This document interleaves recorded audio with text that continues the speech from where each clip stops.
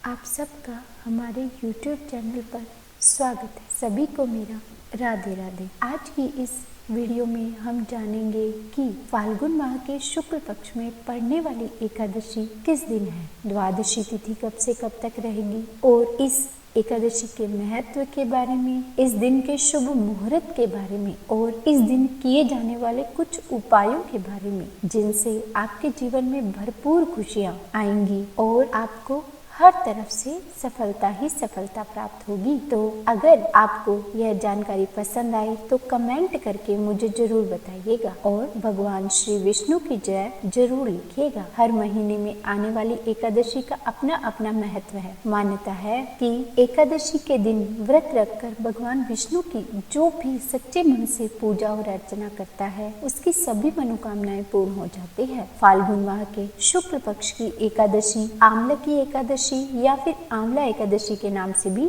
जानी जाती है। जैसा कि नाम से ही पता चलता है कि आंवले का इस दिन कितना महत्व है, तो इस दिन भगवान विष्णु के साथ आंवले के वृक्ष की भी पूजा की जाती है। कहा जाता है कि इस दिन जब भगवान विष्णु जी ने ब्रह्मा जी को ब्रह्मांड की रचना के लिए जन्म दिया था तो उसी समय आंवले के पेड़ को भी जन्म दिया था। इसी कारण आंवले की एकादशी वाले दिन आंवले के वृक्ष की पूजा करना बहुत ही शुभ माना जाता है। ऐसा कहा जाता है कि इस दिन भगवान विष्णु माँ लक्ष्मी के साथ आंवले के वृक्ष पर निवास करते हैं। यही वजह है कि इस दिन आंवले के वृक्ष का पूजन और परिक्रमा करने से लक्ष्मी नारायण प्रसन्न होते हैं और जो भी इसकी पूजा करता है उसकी धन दौलत में बढ़ोतरी होती है, उस व्यक्ति को समस्त पापों से मुक्ति मिल जाती है। तो आइए अब हम जानते हैं इस आंवला की एकादशी व्रत की तिथि एवं इसके शुभ मुहूर्त के बारे में। तो वैदिक पंचांग के अनुसार एकादशी तिथि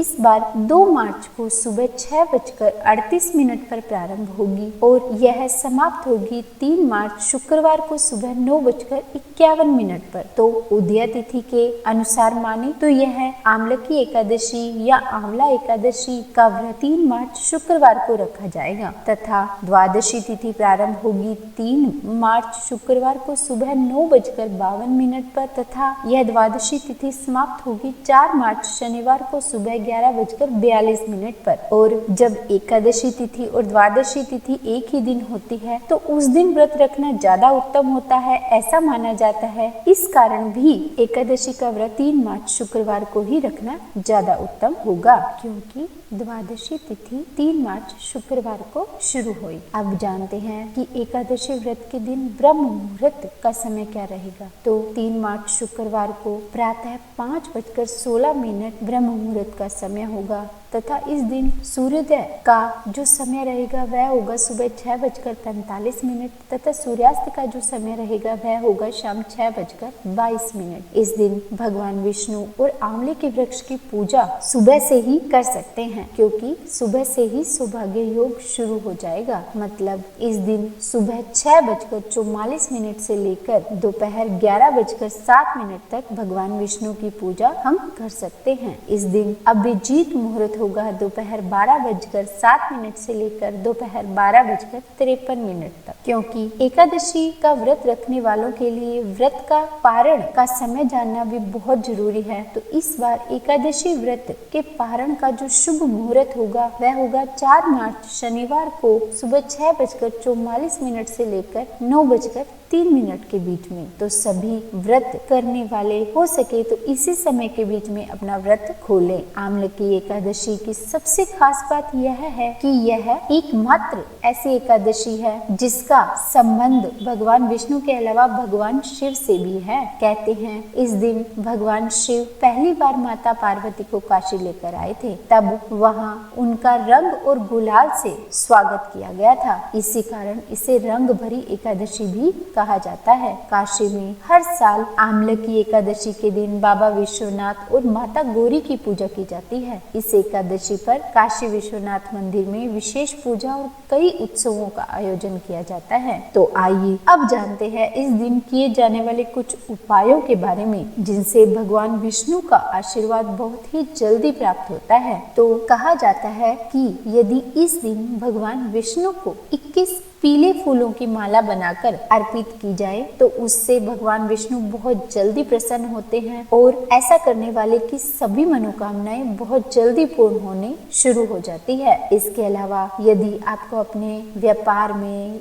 बहुत ही परेशानी आ रही है तो उन परेशानियों से मुक्ति पाने के लिए इस एकादशी के दिन एक लोटे में जल लेकर उसे आंवले के पेड़ में चढ़ाना चाहिए और उस जल को अर्पित करते समय भगवान विष्णु का ध्यान करना चाहिए। कहते हैं इस दिन ऐसा करने से आपके करियर में जो भी परेशानियां आ रही हैं वे सारी परेशानियों से आपको मुक्ति मिल जाती है। और हाँ, अगर आपके दाम्पत्य जीवन में बहुत समस्याएं आ रही है, आपका गृहस्थ जीवन सुखी नहीं है, तो ऐसे में इस एकादशी के दिन आंवले के पेड़ के 7 परिक्रमा लगाते हुए 7 बार कलावा बांधना चाहिए। कहते हैं ऐसा करने से दाम्पत्य जीवन में आ रही परेशानियां दूर होने लगती है और आपका अपने जीवन साथी से तालमेल अच्छा होने लग जाता है। गृहस्थ जीवन खुशियों से भर जाता है। और अगर आपके जीवन में आर्थिक तंगी चल रही है, बहुत ज्यादा आर्थिक परेशानियां आ रही है, तो ऐसे में आपको इस आंवले की एकादशी के दिन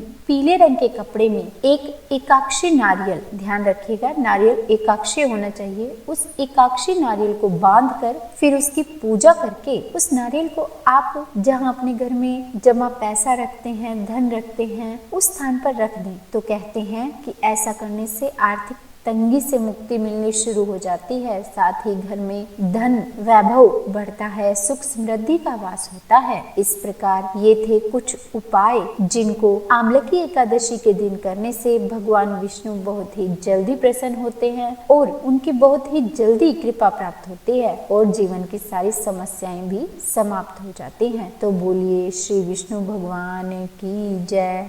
अगर आपको मेरी यह वीडियो पसंद आई हो तो लाइक एंड शेयर करें, सब्सक्राइब करें और कमेंट में राधे राधे लिखना बिल्कुल भी न भूलें। राधे राधे।